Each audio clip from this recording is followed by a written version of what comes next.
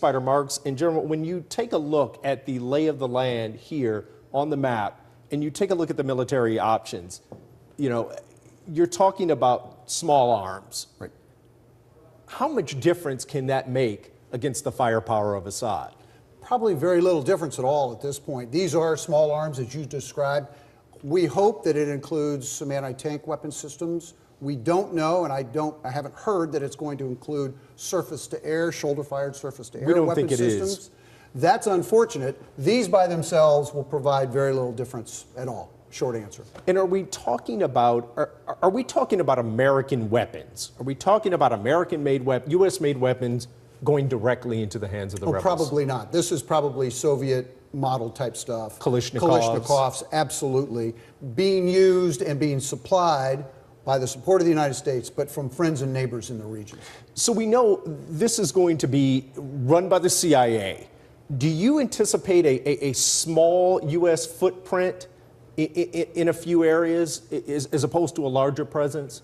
Oh, I guarantee you that the CIA already has a presence in Syria right now. I mean, the intended recipient for these weapon systems are the various leaders within these opposition forces that are out there, and the CIA's charter is to go identify, vet, recruit, and get those folks on board so that these weapon systems can go someplace into some hands that can then do something about it. So maybe being flown into Turkey, driven over the border, given to the rebels in Jordan, perhaps, coming up? Chris, absolutely. In fact, what you'd probably see is the U.S.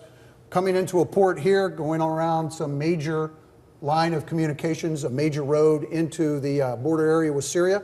And the U.S. may also try to fly weapon systems into Jordan and then, through proxies, get them in. Train some of the rebels and send them in? Absolutely.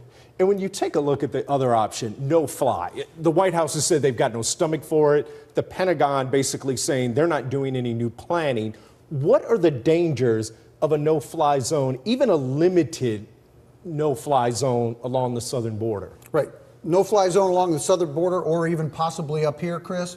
The deal is with a no-fly zone is there is a lot of coordination that needs to take place. It's just not aircraft flying. Rescue crews, refueling. Absolutely. Downed aircraft rescue, refueling has to take place. And then what are the rules of engagement for these aircraft? Do they have the authority to shoot if somebody violates this no-fly charter? Okay, so that's probably off the table. No-fly zone not under consideration right now, but obviously still, Jim, a lot of military options still on the table.